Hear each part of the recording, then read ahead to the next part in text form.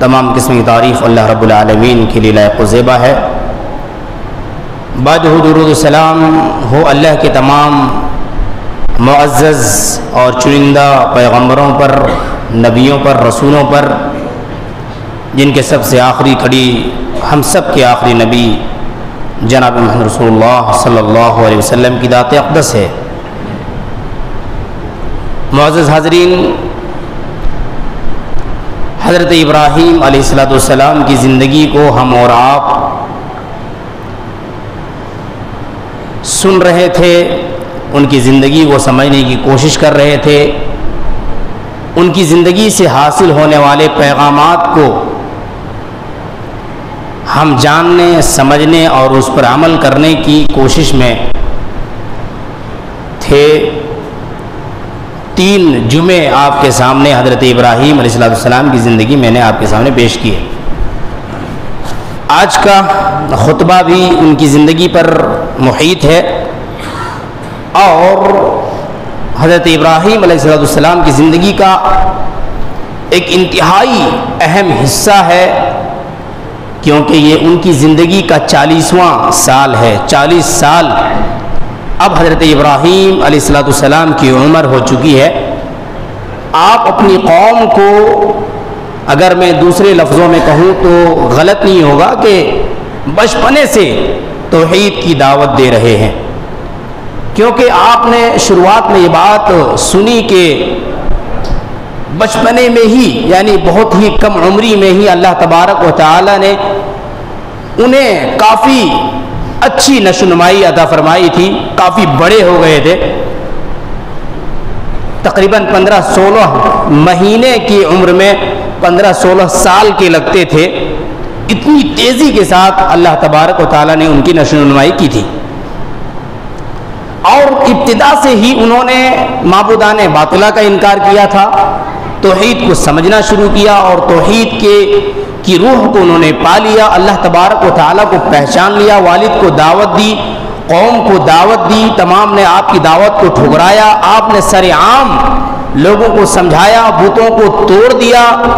اب دنیا والوں کے سامنے آپ کی حیثیت، جو توحید کو نہیں پہچانتے تھے، اللہ کی وحدانیت کا اقرار نہیں کرتے تھے، وقت کا فرعون یعنی نمرود اپنے آپ کو جو الہ اور معبود بنا بیٹھا تھا، اس کی نظر میں ابراہیم علیہ السلام ایک مجرم تھے۔ اور پھر جب ان کا محاکمہ کیا گیا، آپ سے سوال و جواب ہوا، کونسل بٹھایا گیا تو آپ کو قید کیا گیا۔ 10 دن کے بعد آپ کے خلاف جو فیصلہ کیا گیا وہ یہ تھا کہ ابراہیم علیہ السلام کو آگ کے انگارے میں جلا دیا جائے،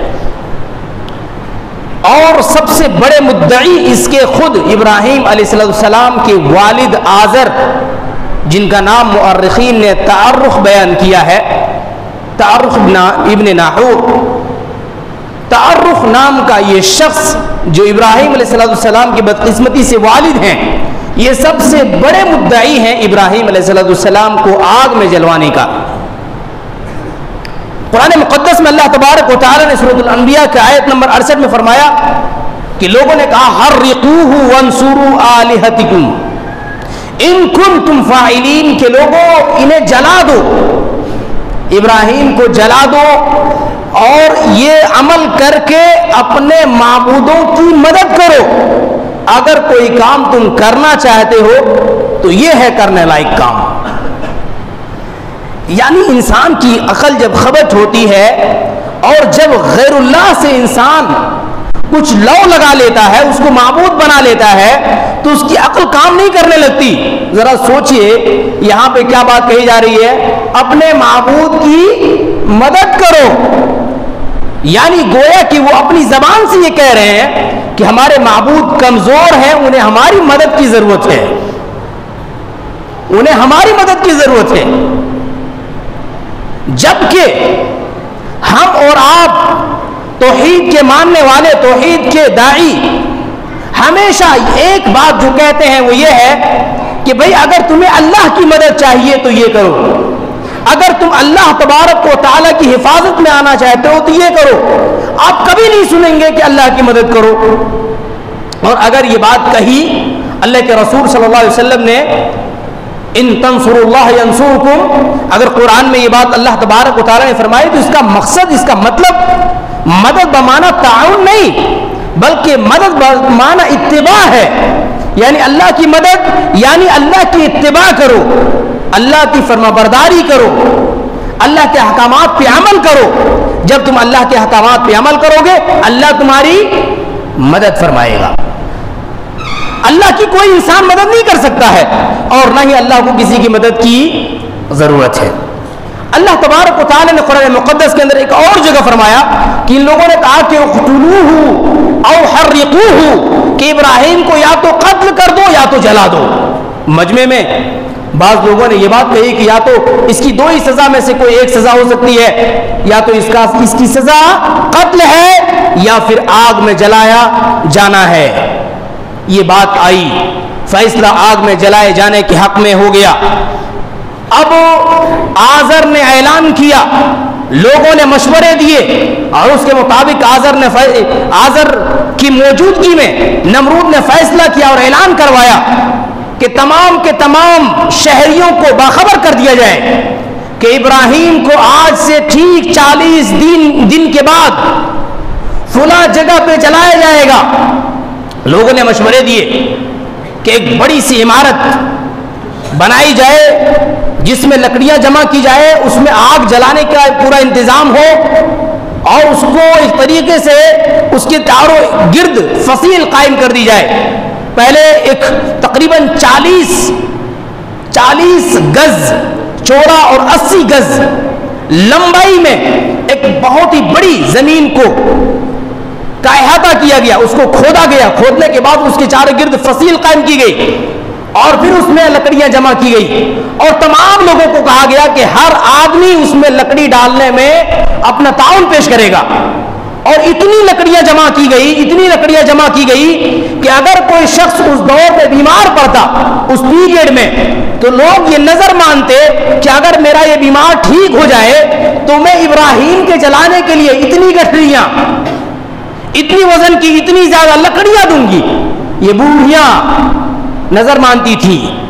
سوچئے کس قدر ابراہیم علیہ السلام کے خلاف لوگوں میں ایک غصہ تھا، اور کس لیے غصہ تھا؟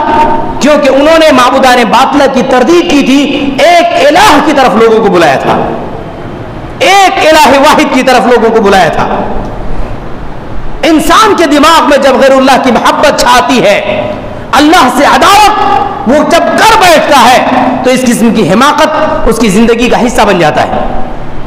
بہرحال 40 دنوں تک مسلسل لکڑیاں جمع ہوتی رہی۔ ادھر منجنیق تیار کرنے کے لیے ماہر کاریگروں کو پورے طور پر ڈیزائن دے دیا گیا، اس کا نقشہ دیا گیا اور تمام طریقے بتائے گئے کہ ان طریقوں کے مطابق منجنیق تیار ہو۔ 20-25 نوجوان مضبوط ہٹے کٹے اس کے لیے تیار کیے گئے کہ منجنیق چلانے والے لوگ یہ ہوں گے۔ کوئی چھوٹا موٹا منجنیق نہیں تھا، 20-25 نوجوان کڑیل نوجوان کی ضرورت تھی اس منجنیق کو چلانے کے لیے۔ ادھر تمام شہریوں کو اب تاریخ آن پہنچی ہے، پوری آبادی میں شور ہے، ابراہیم یعنی ہمارے معبودوں کا گستاخ اور ہمارے معبودوں کا مجرم، جس نے ہمارے معبودوں کو توڑ ڈالا، کاٹ ڈالا، اس کے ٹکڑے ٹکڑے کر ڈالا، آج وہ جلایا جائے گا، وہ اپنے انجام کو پہنچے گا، یہ اعلان کرایا گیا۔ سوچئے ایک مجمع ہے، ہر طرف جہاد جانب انسانوں کی بھیڑ ہے، ایک تنہا انسان حضرت ابراہیم علیہ السلام ہے، تنہا انسان، ایک تنہا انسان جو اللہ کو ایک مانتا ہے، صرف اللہ کے آگے جھکتا ہے، اللہ کی عبادت کرتا ہے، اللہ کی طرف لوگوں کو بلاتا بھی ہے۔ سوچئے آج تقریباً 1.40 ارب سے زائد دنیا میں موجود مسلمانوں نے یہ جرأت نہیں کی کہ پوری دنیا کو اسلام کی دعوت دی جائے جو تنہا حضرت ابراہیم علیہ السلام نے کی۔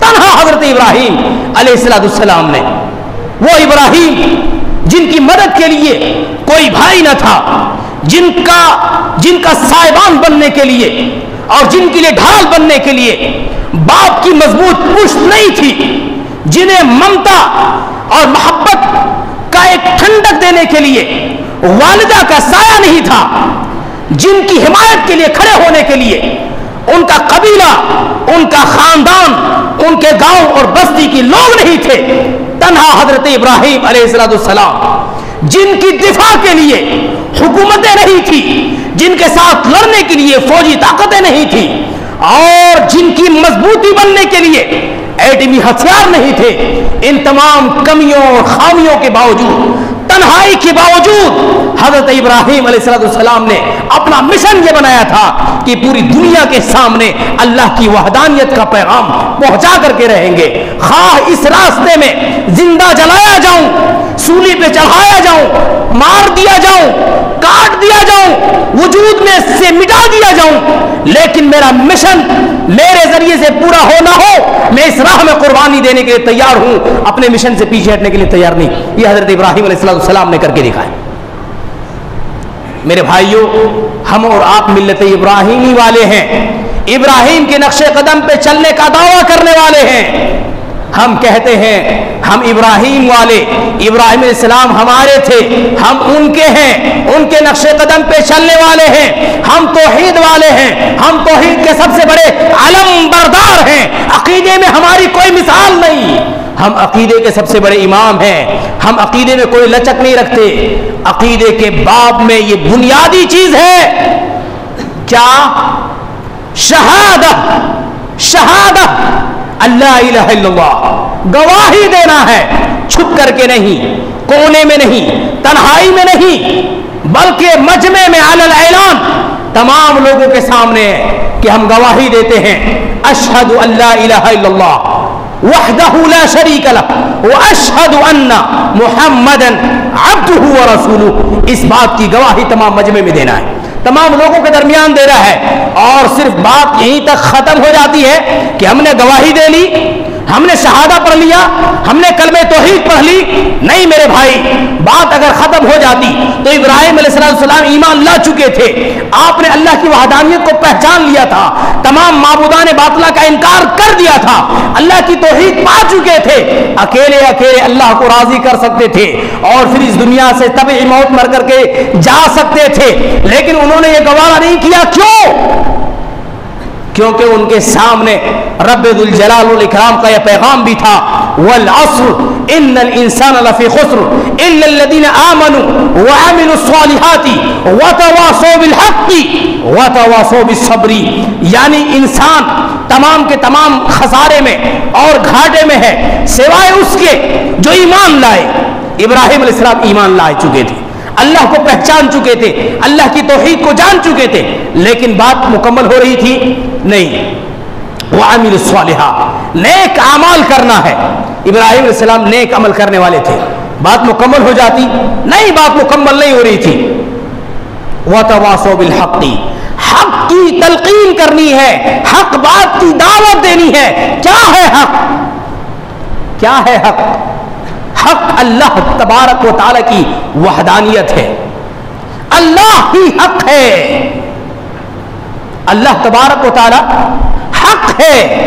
حق کی تلقین یعنی اللہ کی طرف دعوت دینا، پھر صبر کی تلقین، صبر کی دعوت، جب دعوت کے میدان میں آپ جائیں گے صبر کرنا پڑے گا، آزمائشیں آئیں گی۔ ابراہیم علیہ السلام کے سامنے بھی تمام لوگ اکٹھا ہو گئے ہیں، پوری زمین سکتے میں ہے، آسمان شزدر ہے، فرشتے حیران ہیں، دنیا کے تمام انسان اور جنات کو چھوڑ کر کے ہر جاندار ذی روح اللہ تبارک و تعالی کی طرف پر امید نگاہیں اٹھائے ہوئے فریاد کر رہی ہیں، اللہ آج ابراہیم آگ میں جلا دیا جائے گا، ابراہیم کی مدد فرما میرے مولا کریم۔ سب کے سب اللہ تبارک و تعالی کے سامنے گریہ وزاری میں ہے، فریاد میں ہے۔ کیا کہہ رہے ہیں؟ کیا کہہ رہے ہیں؟ مخلوقات کہتے کہ لیس فی ارضک من یعبدک غیرہ، اللہ تیری زمین پہ کوئی ابراہیم کے علاوہ نہیں جو تیری عبادت کرنے والے ہوں، اللہ تیرے بندے ابراہیم کے سوا تیری عبادت کرنے والا کوئی نہیں۔ آگے کہتے ہیں کہ یحرق فیک فاذن لنا فی نصرہ، اللہ تیری راہ میں تیرے لیے ابراہیم جلائے جا رہے ہیں، اللہ ہمیں اجازت دے دے کہ ہم ابراہیم کی مدد کریں۔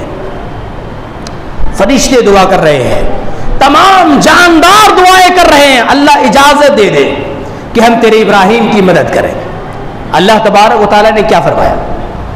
اللہ تبارک و تعالیٰ نے فرمایا قال اللہ تبارک و تعالیٰ، اگر اب تاریخ الکامل لابن اثیر دیکھیں گے، التاریخ الکامل لابن اثیر، ابن اثیر کی کتاب ہے التاریخ الکامل، اگر وہاں دیکھیں گے تاریخ طبری اگر آپ اٹھائیں گے، امام طبری جن کی تفسیر بھی بہت ہی مشہور معروف ہے، انہوں نے تاریخ کے مشہور معروف مستند کتاب لکھی ہے، وہاں اٹھائیں گے تو آپ پائیں گے انہوں نے نقل کیا کہ قال اللہ تبارک و تعالی، اللہ نے فرمایا ان استغاث بشیء منکم فلینصر، اگر ابراہیم تم میں سے کسی بھی قسم کی مدد طلب کریں، جبریل اگر تم سے مدد طلب کرے، میکائیل اگر تم سے مدد طلب کریں، اسرائیل اگر تم سے مدد طلب کریں، بڑے بڑے فرشتے، بارش کے فرشتے، ہواؤں کے فرشتے، پہاڑوں کے فرشتے، دیگر تمام فرشتے، تمام جانداروں کو اللہ نے اجازت دی، اگر ابراہیم تم میں سے کسی سے مدد طلب کرے تو تم ان کی مدد کر دینا۔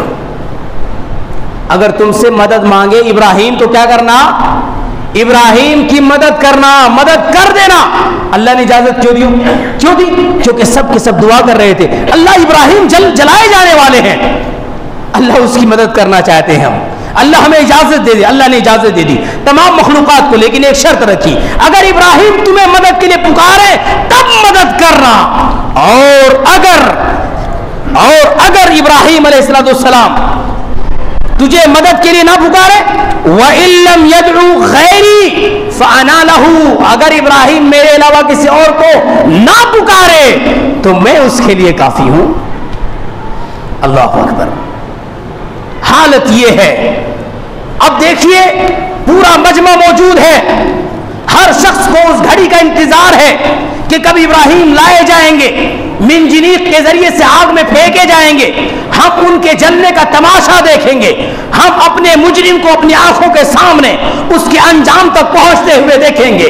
وہ گھڑی آئی بھی، ابراہیم علیہ السلام باندھے ہوئے مجرموں کی شکل میں لائے جا رہے ہیں، گھراتا ہوا نمرود تخت کے اوپر بیٹھا ہوا ہے، اور ادھر آپ کے والد آزر آگ کا انگارہ لے کر کے، ایک مشعل لے کر کے اس دیوار کے چاروں اور گھومتا ہے، جگہ جگہ آگ جلا رہا ہے۔ آگ جلانے کا کام کون کر رہا ہے؟ آگ سلگانے کا کام کون کر رہا ہے؟ آپ کے والد، جن کے لیے حضرت ابراہیم نے کہا تھا میں آپ کے لیے اپنے رب سے استغفار کروں گا، میرے والد محترم میں اپنے رب سے آپ کے لیے استغفار کروں گا، وہ والد آج مشعل لیے ہوئے آگ کو سلگا رہا ہے دیوار کے چاروں اور گھوم گھوم کر کے، اور پھر اس کے بعد ابراہیم علیہ السلام لائے جاتے ہیں۔ حالت ایسی ہے کہ تمام کے تمام مخلوقات کی سانسیں رکی اور ٹھہری ہوئی ہیں، منجنیق میں بدے ہوئے ہیں، ادھر نمرود اپنے ہاتھ کو بلند کیا ہوا ہے، اشارہ کرتا ہے، ادھر ابراہیم علیہ السلام کو منجنیق کے ذریعے سے آگ کی طرف پھینکا جاتا ہے۔ ابراہیم علیہ السلام ایک نعرہ لگاتے ہیں، ایک کلمہ کو بلند کرتے ہیں، حسبی اللہ ونعم الوکیل۔ اٹھائیے صحیح بخاری، حضرت عبداللہ بن عباس رضی اللہ تعالیٰ عنہ بیان کرتے ہیں کہ ابراہیم علیہ السلام کی زبان سے جو آخری جملہ ادا ہوا آگ میں جاتے ہوئے وہ یہی کلمہ تھا، حسبی اللہ ونعم الوکیل۔ ادھر عرش کی جانب سے اللہ تبارک و تعالیٰ کا حکم ہوا، قلنا یا نار کونی بردا وسلاما علی ابراہیم۔ جبرائیل علیہ السلام شزدر میں ہے، پریشان ہے، ابراہیم کو منجنیق کے ذریعے سے پھینک دیا گیا ہے، بارش کے فرشتے حاضر نہیں، پہاڑوں کے فرشتے موجود نہیں، پانی کے فرشتے موجود نہیں، مجھے اللہ کا حکم نہیں، جبریل نے مجھے پکارا نہیں۔ جبریل آتے ہیں ابراہیم علیہ السلام کے پاس، کب آتے ہیں؟ جب منجنیق کے ذریعے سے پھینکے جا رہے ہیں۔ کہا کہ ابراہیم ایو حاجہ، کہنے لگے ابراہیم کوئی ضرورت، دوست ہیں، دن و رات آتے ہیں آپ کے پاس وحی لے کر کے اللہ تبارک و تعالیٰ کے پاس سے، محبت ہے جبریل کو ابراہیم علیہ السلام سے، ابراہیم کو بھی محبت ہے، لیکن ابراہیم کیا کہتے ہیں؟ حضرت ابراہیم علیہ السلام کہتے ہیں کہ جہاں تک مدد کی بات ہے، جہاں تک حاجت و ضرورت کی بات ہے تو آپ سے نہیں، آپ سے مجھے کوئی حاجت نہیں۔ جبریل آپ کھڑے ہو جائیے اور دیکھیے آج ہوتا کیا ہے، آج ہوتا کیا ہے آپ دیکھیے۔ ابراہیم علیہ السلام کیا دیکھتے ہیں؟ وہ کہتے ہیں ابراہیم علیہ السلام نے تو مجھے منع کر دیا، انہیں میری مدد کی حاجت نہیں، پہاڑوں کے فرشتے موجود نہیں، ہواؤں کے فرشتے آئے نہیں، پانی کے فرشتے بھی انتظار میں ہیں۔ ابراہیم نے کسی کو آواز نہیں دی۔ کیا ہوتا ہے؟ منجنیق حرکت میں آتی ہے۔ ابراہیم علیہ السلام آگ میں جاتے ہوئے اللہ کو پکارتے ہیں، اللہ کا حکم ہوتا ہے آگ ٹھنڈی ہو جا، ٹھنڈی ہو جا، یا نار کونی برداً وسلاما علی ابراہیم۔ اللہ نے ایسا حکم دیا ہے، اللہ کی قسم اگر اللہ نے یہ حکم نہ دیا ہوتا، اس میں سے ایک بھی لفظ اگر اللہ ادا نہ کرتا تو معاملہ کچھ اور ہی ہوتا۔ کیا کیا لفظ ادا ہوئے اس جملے کے اندر، اس آیت کے اندر؟ اے آگ ٹھنڈی ہو جا، بردن سلامن، سلامتی والی ٹھنڈی، نہ ٹھنڈ ہو جا کہ ابراہیم ٹھنڈی سے مر جائے، نہ گرم رہے کہ ابراہیم کو تپش ہو۔ حضرت ابراہیم علیہ السلام کو معلوم ہے کتنی حرارت محسوس ہو رہی تھی آگ میں، تاریخ طبری میں بیان ہوا۔ حضرت ابراہیم علیہ السلام کے ساتھ جبریل علیہ السلام انسان کی شکل میں آگ میں آپ کے ساتھ ہیں اور آپ کی پیشانی سے پسینہ پوچھتے ہیں، یعنی آپ کی حرارت اور گرمی جو آپ محسوس کرتے ہیں آگ کے اندر اتنی ہے کہ آپ کے پیشانی کے اوپر پسینہ آتا ہے، اور پوچھنے کے لیے حضرت جبریل علیہ السلام موجود ہے۔ پوچھنے کے لیے کون موجود ہے؟ خود سے نہیں پوچھتے، فرشتے موجود ہیں پوچھنے کے لیے، اور عام فرشتہ نہیں بلکہ روح الامین موجود ہے پوچھنے کے لیے۔ یہ کس کے ساتھ ہوتا ہے؟ وہ اس انسان کے ساتھ ہوتا ہے، اللہ کے اس بندے کے ساتھ ہوتا ہے جس نے رب کی توحید کے لیے، اللہ کی طرف دعوت دینے کے لیے اپنی زندگی کی بازی لگا دی ہو، اپنی زندگی کی بازی لگا دی ہو کہ آج مجھے مرنا ہے تو اللہ کے لیے، اس کی طرف لوگوں کو بلاتے ہوئے، اور اگر جینا ہے تو اللہ کی طرف لوگوں کو بلاتے ہوئے، توحید کے لیے جو جان دینے کی ہمت اور حوصلہ رکھتے ہیں، ان کے لیے آگ بھی ٹھنڈی ہو جاتی ہے، جلانے کی طاقت آگ میں بھی اللہ تبارک و تعالیٰ باقی نہیں چھوڑتا۔ پھر آگے کیا فرمایا؟ علی ابراہیم بردن و سلامن علی ابراہیم۔ اگر اللہ تعالیٰ علی ابراہیم چھوڑ دیتا، یہ حکم نہ دیتا علی ابراہیم، تو دنیا کی تمام آگ، جبریل علیہ السلام کیا کہتے ہیں؟ اگر اللہ علی ابراہیم نہ فرماتا تو دنیا کی تمام آگ ٹھنڈی ہو جاتی، دنیا کی کسی بھی آگ میں حرارت باقی نہ بچتی،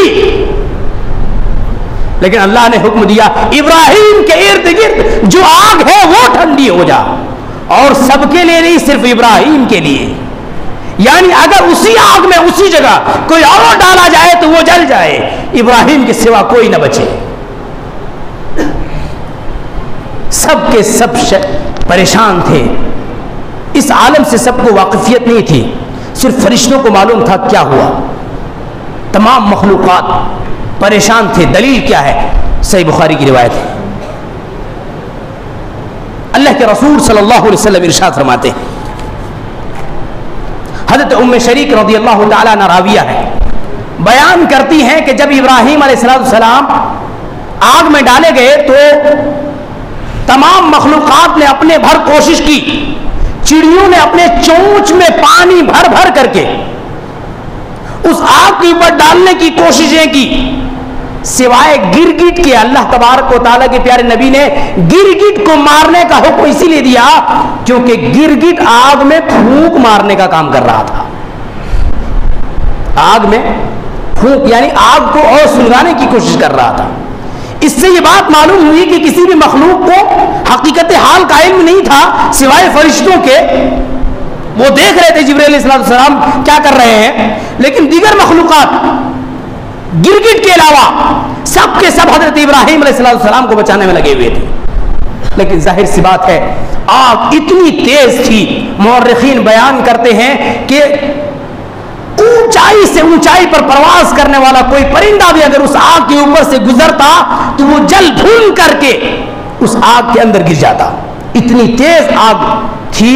مورخین نے بیان کیا کہ پوری تاریخ میں آج تک اتنی بڑی مقدار میں باقاعدہ طور پر آگ جلائی نہیں گئی، اپنے آپ آگ لگ گئی وہ الگ معاملہ ہے، یعنی پورے انتظام کے ساتھ، پوری تیاری کے ساتھ اتنی بڑی مقدار میں کبھی آگ نہ جلائی گئی۔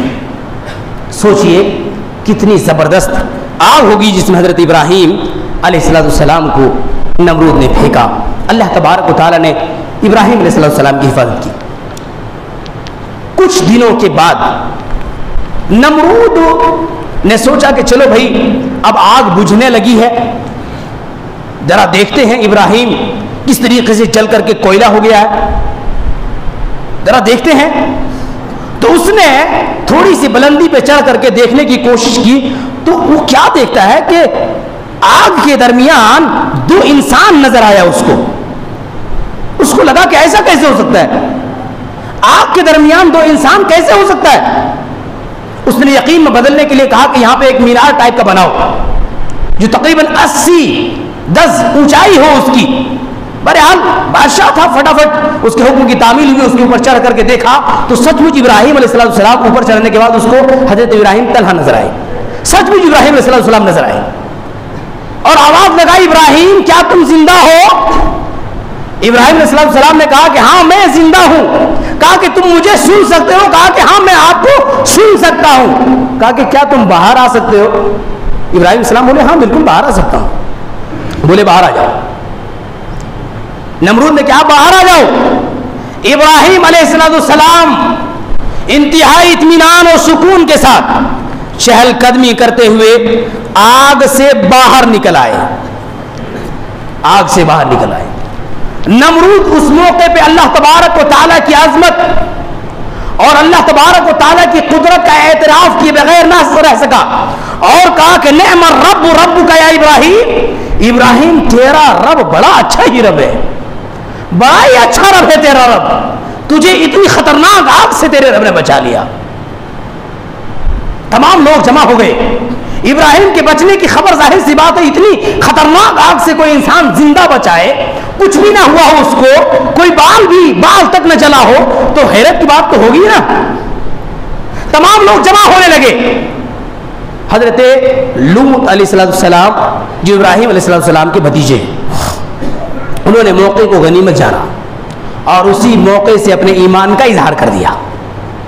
تمام لوگوں کے درمیان اپنے ایمان کا اظہار کر دیا کہ میں نے ابراہیم علیہ السلام کے رب پر ایمان لایا، اب میں بھی موحد ہوں۔ بہت سارے لوگ ایمان لانے لگے ابراہیم علیہ السلام کے اس معجزے کو دیکھ کر کے۔ نمرود سمجھ گیا کہ کایا پلٹنے والا ہے، فوراً لوگوں کو منتشر کیا اور اپنے ساتھ ابراہیم علیہ السلام کو لے کر کے اپنے محل میں چلا گیا۔ آگے کا واقعہ اور قصہ کیا ہوا انشاءاللہ العزیز میں اگلے خطبوں میں آپ کے سامنے رکھتا ہوں۔ آج کے لیے اتنی ہی۔ میں آپ سے گزارش کروں گا میرے بھائیوں، میرے دوستوں، میرے عزیزوں، میرے نوجوانوں، تمام لوگ توحید کے لیے مر مٹنے کے لیے تیار ہو جائیے، دعوت دیجیے، جو علم ہے اس کی روشنی میں، نئی جانکاری ہے تو جانکاری حاصل کیجیے۔ ہم اور آپ کیا نہیں کرتے اپنی زندگی کے لیے، کیا دین کے لیے ہمارے اور آپ کے پاس وقت نہیں؟ مجھے بہت افسوس ہوتا ہے، ابھی دیکھیے جمعہ میں الحمدللہ مسجد بھر رہی ہے، مغرب میں آپ کو آدھی مسجد فل نظر آتی ہے، لیکن وہیں پہ فجر میں جب آپ آئیں گے تو بہت مایوسی ہوتی ہے۔ دو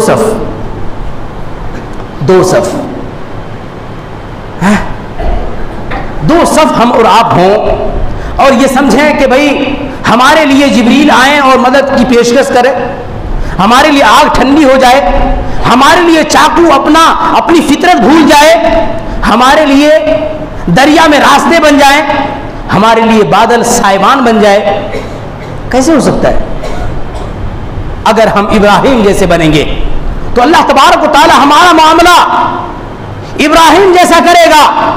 اگر ہم موسیٰ جیسا بنیں گے تو اللہ تبارک و تعالی ہمارے اور آپ کی بھی لاٹھی میں وہ طاقت و قوت دے گا کہ اگر ہم اور آپ دریا میں لاٹھی مار دیں تو وہاں راستہ بن جائے۔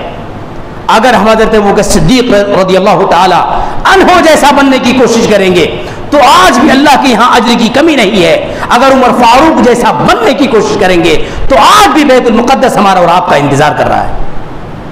اگر ہم اور آپ خالد بن ولید جیسا بننے کی کوشش کریں گے تو آج بھی دنیا کی بیشتر حصے ہمارے اور آپ کے گھوڑوں کے ٹاپو کے انتظار میں ہیں۔ مظلومین دنیا کے کونوں کونوں میں، مظلومین کی کمی نہیں ہے۔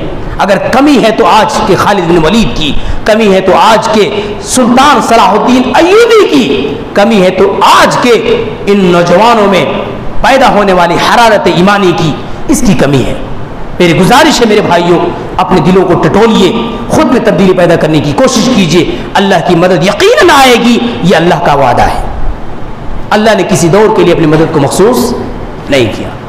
آخر میں اللہ تعالیٰ سے میری دعا ہے رب ذوالجلال والاکرام ہم تمام لوگوں کو توحید پہ قائم و دائم رکھے، ہمیں اور آپ کو توحید کا داعی اور اسلام کا سپاہی بنائے، ہمارے دلوں میں ایمان کی حرارت پیدا فرمائے، ہمارے دلوں میں جذبہ ایمانی کے ساتھ ساتھ اتباع کتاب و سنت کا جذبہ اللہ تبارک و تعالیٰ پیدا فرما دے، ہم پکے سچے مسلمان بنے۔ آمین تقبل یا رب العالمین۔ اقول قولی ھذا فاستغفروہ انہ هو الغفور الرحیم۔